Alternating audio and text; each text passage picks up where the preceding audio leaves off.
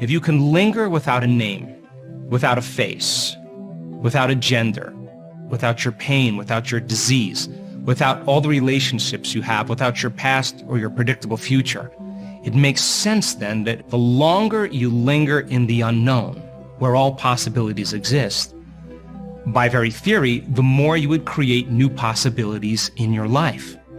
So then, just like in the quantum physics experiments, where they were observing the electron, and the electron went from a cloud of possibilities, the wave function, and it collapsed into a particle, all of a sudden when they turned their back and no longer looked or observed the electron, it turned into possibility. It's possible then that when you disconnect from everything known in your life, and you're no longer observing your life from the same level of mind, that your life can turn into possibilities, just like the electron turns into possibilities. Now, getting to the present moment is the work. The moment you start noticing that your attention is going to memories of the past that are connected to certain emotions in your meditation, that's the habit of how you've been thinking up until this point. And you have to break that habit, which means that you have to return your attention back into the present moment and unfold as an awareness back into possibility. And every time you do that, that's a victory. When you start to notice that you want to get up and quit, and you settle it back down into the present moment and you unfold back into possibilities, that means then you're telling your body that it's no longer the mind, and you're executing a will that's greater than the program. And if you keep doing that over and over again, the body will begin to surrender into the present moment, just like training an animal. Once it finally can surrender into the present moment, if where you place your attention is where you place your energy, and all of your attention and energy is in the present moment, you have a lot of energy to do amazing things. So then, all those possibilities that exist in the quantum field exist as electromagnetic possibilities. They exist as frequencies that you have to begin to connect to. So then, what are the ingredients that allow us to tune into those potentials that already exist in the quantum field?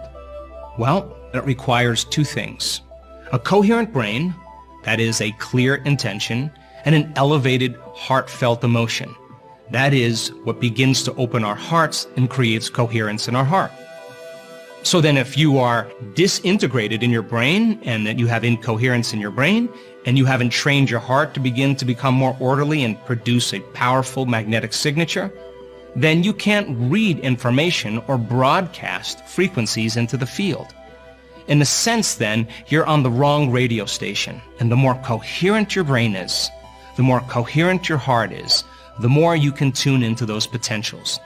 Now let's demystify the process. So many people spend their entire life creating in lack. They see something that they want, like a new car or a new wardrobe, and they notice that they don't have it.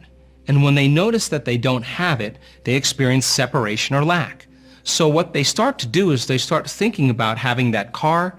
They close their eyes, and in a period of time, they start seeing themselves actually driving the car. But when they open their eyes and they realize that the car hasn't manifested, they start experiencing more lack. So then they try harder to get it. And how do they try? They force, they wish, they control, because they're matter trying to change matter. Once you begin to open your heart, once energy makes it to this center right here, this is our connection to the unified field. This is the center we create from. This is the center of wholeness or oneness. This is where our divinity begins. This is the union of polarity, or the union of opposites. And once energy makes it to this center, all of a sudden, like dropping pebble after pebble after pebble into water, it begins to create a resonant magnetic field. And that field can be up to 3 meters wide. Now you're starting to open up and become more energy and less matter, more wave and less particle. And now once energy makes it here, that energy can carry information or a thought or intention, and you can begin to lay the thought on that energy, because that energy is consistent with your healing. That energy is consistent with your new dream. The energy is consistent with your new job or your new relationship. That energy can carry the thought of your dreams.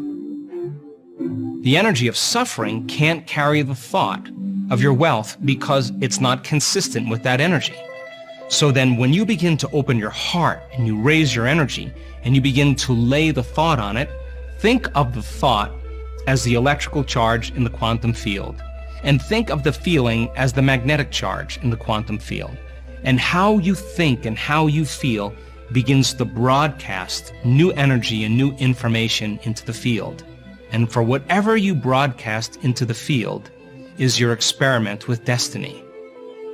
So then when you get really good at creating brain coherence and heart coherence, and you know how to elevate your emotional state, and you begin to feel the emotion of your future before it's made manifest, then you're no longer living in lack. You feel like your dream has already happened. So then when there's a vibrational match between your energy and a potential that already exists in the quantum field, now you no longer have to go anywhere to get your dreams. Now you are connected to that field of information that's connected to everything material. And when there's a vibrational match between your energy and that potential, now all of a sudden you'll begin to collapse time and space, and you'll begin to draw the experience to you. And now you no longer have to go anywhere to get it. You are the vortex to your creation. So think of it like this. The thought sends the signal out, and the feeling draws the event back to you. So if you're intending on having a future, and you're waiting for the experience to happen so you can feel the emotions of your wealth or of your freedom, of your new relationship, then you're sending the thought out, but you're not drawing the experience back to you. So here's a great example. The HeartMath Institute did a novel study where they took a group of people that were expert prayers, and they set 3 vials of DNA in front of them. And they said to them, now listen, with all of your intent, we want you to see in your mind the DNA winding or unwinding, and just keep visualizing it winding and unwinding. That's the concept of the mind. They did it over and over again, and they checked to see if the DNA was changed in any way. And at the end of the experiment, the DNA was never changed. Intention did nothing to affect the DNA. So then they said to them, okay, now open your heart, create heart coherence, and just generate that signal out into the field, and let's see if that energy begins to affect the DNA. At the end of the experiment, they checked the DNA, and there was no change in the DNA. But when they said to those people, now we want you to see the DNA unwinding, and we want you to open your heart and give thanks that it's actually unwound before it occurred. The moment they combined that clear intention with an elevated emotion, more than 20% of the DNA unwound at a remote location.